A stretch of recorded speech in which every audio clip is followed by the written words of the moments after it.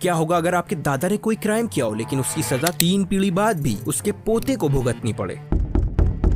सिर्फ यही नहीं, कौन क्या काम करेगा, क्या पढ़ेगा, कब सोएगा, कब जागेगा, कैसे कपड़े पहनेगा और तो और कब हंसेगा, यह सब कुछ सरकार ही डिसाइड करे तो बदकिस्मती से आप नॉर्थ कोरिया पहुंचे, जहाँ के रूल्स एंड रेगुलेशन इतने ज्यादा सख्त हैं कि सरकार ने वहाँ ब्लू जीन्स पहनने तक को पूरी तरह से बैंड कर रखा है। और अगर फिर भी कोई ब्लू जीन्स पहने नॉर्थ कोरिया में पकड़ा गया तो उसे कड़ी से कड़ी सजा दी जाती है। तो आइए इस वीडियो में बात करते हैं नॉर्थ कोरिया के कुछ ऐसे अजीबोगरीब फैक्ट्स के बारे में जिनको सुनकर आप भी हैरान होने वाले हैं।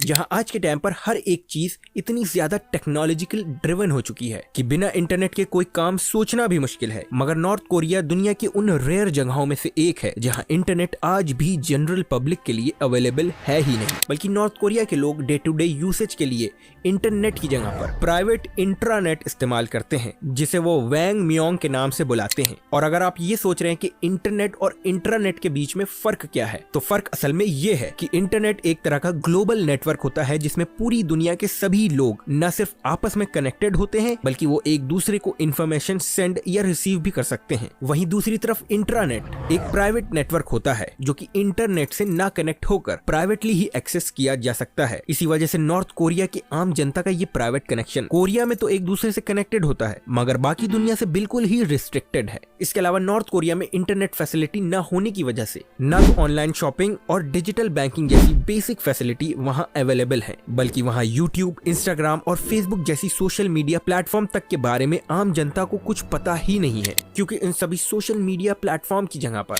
नॉर्थ कोरिया में खुद के सोशल मीडिया होते हैं जिसे सरकार बड़ी क्लोजली न सिर्फ मॉनिटर करती है बल्कि उसको गवर्नमेंट प्रोपेगेंडास फैलाने के लिए ही इस्तेमाल किया जाता है। और पूरी कंट्री में कुछ हाई ऑफिशियल्स और रिसर्चर्स ही हैं जो कि ऑफिशियल वर्क के लिए ग्लोबल इंटरनेट इस्तेमाल कर सकते हैं, लेकिन उनको भी हेविली मॉनिटर किया जाता है। नॉर्थ कोरिया एक तरह की ऐसी कंट्री है जहां रिलीजन फॉलो करने तक के लिए आपको कड़ी से कड़ी सजा हो सकती है। यूं तो नॉर्थ कोरिया का कॉन्स्टिट्यूशन फ्रीडम ऑफ रिलीजन की गारंटी देता है, लेकिन हकीकत में गवर्नमेंट इसे इम्प्लीमेंट होने ही नहीं देती, क्योंकि नॉर्थ कोरिया की सरकार रिलीजन की जगह पर जूचे आइडियोलॉजी का समर्थन करती है और इस आइडियोलॉजी के हिसाब से आम जनता को सिर्फ और सिर्फ अपनी सरकार, कंट्री के फाउंडर्स और अपने supreme leader Kim Jong Un के तरफ ही वफादार रहना है, जिसकी वजह से ऑफिशियली नॉर्थ कोरिया एक एथिस्ट स्टेट है और यहाँ की 70% पॉपुलेशन ही एथिज्म को ही फॉलो करती है, जो कि और किसी धर्म में विश्वास ही नहीं रखती, और बाकी बची 30% जनता शमानिज्म, बुद्धिज्म और क्रिश्चियनिटी जैसे रिलीजन को चोरी छुपे ही फॉलो करती है। लेकिन अपना प्रोपेगेंडा फैलाने के लिए नॉर्थ कोरिया इतनी ज्यादा हद तक जा चुका है कि किम जोंग उन ने नॉर्थ कोरिया और साउथ कोरियन बॉर्डर के बिल्कुल बीच में किजोंगडोंग नाम का एक फेक विलेज बनवाया है, जिसको पीस विलेज के नाम से भी बुलाया जाता है। इस विलेज में ऊंची बिल्डिंग्स बनाई गई हैं, लेकिन उसके बावजूद भी ये बिल्डिंग पूरी तरह से खाली ही पड़ी है, क्योंकि इस विलेज को बनाने का सिर्फ और सिर्फ एक ही मकसद है, ताकि साउथ कोरिया के लोगों के बीच प्रोपेगेंडा फैलाया जा सके कि नॉर्थ कोरिया काफी डेवलप्ड और पीसफुल कंट्री है, मगर असल में ये सिर्फ और सिर्फ एक फेक विलेज ही है जो कि नॉर्थ कोरिया की असली हकीकत को कवर अप करने के लिए ही बनाया गया है। मगर सिर्फ यही नहीं, बल्कि अगर आप नॉर्थ कोरिया में हैं तो आप अपनी मर्जी से अपना हेयर कट तक नहीं करवा सकते, क्योंकि न सिर्फ नॉर्थ कोरिया में आदमियों के 2 इंच के ऊपर कोई भी हेयर स्टाइल करने पे प्रतिबंध लगा है, बल्कि नॉर्थ कोरिया में सिर्फ 28 स्टेट अप्रूव्ड हेयर स्टाइल ही है जिनको रखने की परमिशन नॉर्थ कोरिया गवर्नमेंट ने आम जनता को दी है, जिसमें से जेंट्स के पास सिर्फ 10 हेयर स्टाइल ऑप्शन ही है जिनमें से वो चुन सकते हैं, और वहीं लेडीज के पास सिर्फ 18 स्टेट अप्रूव हेयर स्टाइल ही है। और तो सभी को इन 28 अप्रूव हेयर स्टाइल्स के अकॉर्डिंग ही हर 15 दिन के अंदर अपना हेयर कट करवाना तक जरूरी है, और अगर कोई भी इन 28 अप्रूव हेयर स्टाइल के अलावा कोई भी हेयर स्टाइल रखे पकड़ा गया तो नॉर्थ कोरिया में उसके ऊपर कई हैवी फाइन्स लगाए जाते हैं। यूं तो इतनी स्ट्रिक्ट पॉलिसीज और लॉज होने के बावजूद भी नॉर्थ कोरिया में सरकार की नाक के नीचे ब्लैक मार्केट भी ऑपरेट होती है, जिसे नॉर्थ कोरिया में जैंगमेडोंग के नाम से जाना जाता है। यूं तो ब्लैक मार्केट का नाम सुनकर आप ये सोच रहे होंगे कि इस मार्केट में कोई इलीगल सामान बिकता होगा, बल्कि ऐसा नहीं है। लेकिन नॉर्थ कोरिया में मौजूद इस ब्लैक मार्केट के अंदर फूड ग्रेन्स, राइस और दूसरे फूड सप्लाईज का सामान मिलता है, क्योंकि नॉर्थ कोरिया की इस स्ट्रिक्ट रिजीम के अंदर न सिर्फ देश का पब्लिक डिस्ट्रीब्यूशन सेंटर पूरी तरह से कोलैप्स कर चुका है, बल्कि आज भी पुरानी फार्मिंग टेक्निक का इस्तेमाल करने की वजह से पूरे देश को फूड शॉर्टेज की समस्या से जूझना पड़ रहा है और इस वजह से नॉर्थ कोरिया की आम जनता को कई बार फेमाइन से भी जूझना पड़ा था। और इस परेशानी से बचने के लिए लोगों को नॉर्थ कोरिया की बॉर्डर कंट्री यानी चाइना से चोरी छुपे गवर्नमेंट ऑफिशियल को ब्राइब करके फूड सप्लाई जैसी नेसेसिटी तक को स्मगल करने तक की नौबत आ चुकी है।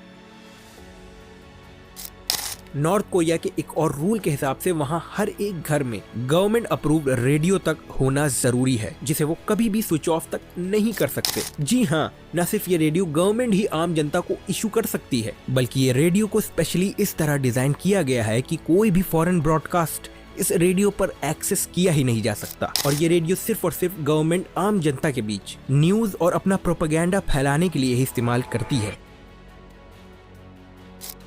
नॉर्थ कोरिया की रिजीम अपने सिटीजन के ट्रैवल को लेकर भी काफी ज्यादा स्ट्रिक्ट है, क्योंकि न सिर्फ कंट्री की आम जनता अपने ही देश में फ्रीली ट्रैवल तक नहीं कर सकती और जो कोई भी नॉर्थ कोरिया में ट्रैवल करना चाहे तो उसे स्पेशल ट्रैवल परमिट की जरूरत पड़ती है ताकि वो अपनी कंट्री में ही घूम सके। बल्कि इंटरनेशनल ट्रैवल के लिए नॉर्थ कोरिया के रूल्स तो और भी कहीं ज्यादा स्ट्रिक्ट हैं, क्योंकि वहाँ की जनता को दूसरे देश में ट्रैवल करने के लिए न सिर्फ दूसरी कंट्री का एंट्री वीजा की जरूरत पड़ती है, बल्कि अपना देश छोड़ने तक के लिए एक स्ट्रिक्ट एग्जिट वीजा तक की भी जरूरत पड़ती है। और ये एग्जिट वीजा हासिल करना इतना टफ है कि रेयरली ये किसी आम जनता को इशू किया जाता है, जिसकी वजह से नॉर्थ कोरिया की जनता अपने ही देश में कैदी की तरह ही जिंदगी गुजार रही है।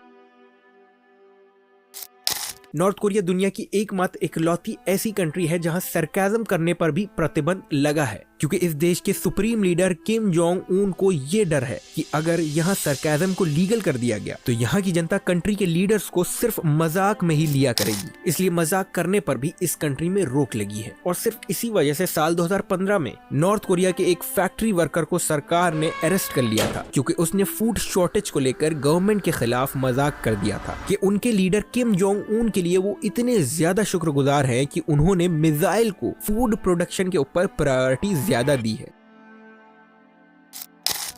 लेकिन सिर्फ ऐसा नहीं कि नॉर्थ कोरिया के सन की सुप्रीम लीडर की सत्ता में सिर्फ आम जनता को ही परेशानी की जिंदगी गुजारनी पड़ती है, बल्कि सन की तानाशाह के राज में उनकी खुद की फैमिली तक सेफ नहीं है। क्योंकि एक रिपोर्ट के हिसाब से साल 2013 में किम जोंग उन ने अपने खुद के अंकल को इसलिए मरवा दिया था कि वो नॉर्थ कोरिया में सत्ता पलटने की कोशिश कर रहा था, और अपने अंकल को मरवाने के लिए किम जोंग उन ने उस पर जंगली कुत्ते छुड़वाए थे। इसके अलावा किम जोंग उन पर अपने हाफ ब्रदर किम जोंग नाम को केमिकल वेपन से असैसिनेट करवाने तक के इल्जाम लगे हैं। और तो और 2011 से ही किम जोंग उन के नॉर्थ कोरिया के सुप्रीम लीडर बनने के बाद से सन की तानाशाह ने स्टेट के कई हाई रैंकिंग ऑफिशियल को भी मरवा दिया था, ताकि वो अपनी पावर और सत्ता का खौफ लोगों के बीच डाल सके। तो फिलहाल के लिए तो बस इतना ही, लेकिन अगर आपको नॉर्थ कोरिया के ये अनयूजुअल फैक्ट्स पसंद आए हो तो वीडियो को लाइक, चैनल को सब्सक्राइब और बेल आइकन दबाना बिल्कुल भी ना भूलिएगा।